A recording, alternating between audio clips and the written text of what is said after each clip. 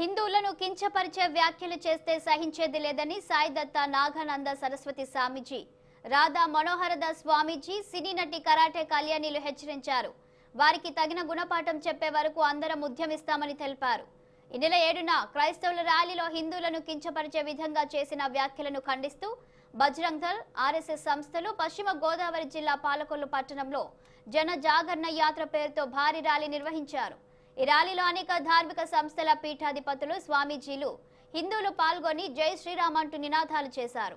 హిందూ దేశంలో హిందువులను కించపరిచే విధంగా అన్య మతస్థులు ఎవరైనా ప్రవర్తిస్తే సహించేది లేదని, వారికి శాంతియుతంగానే తమ నిరసన తెలియజేస్తామన్నారు.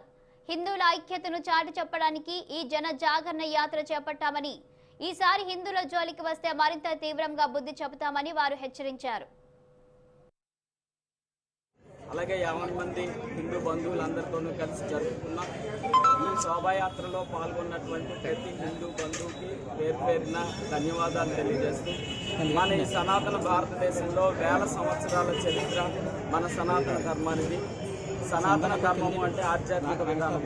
ఇది కాకుండా హిందూత్వము అంటే మన నిత్యము పాటించేటటువంటి జీవన విధానం.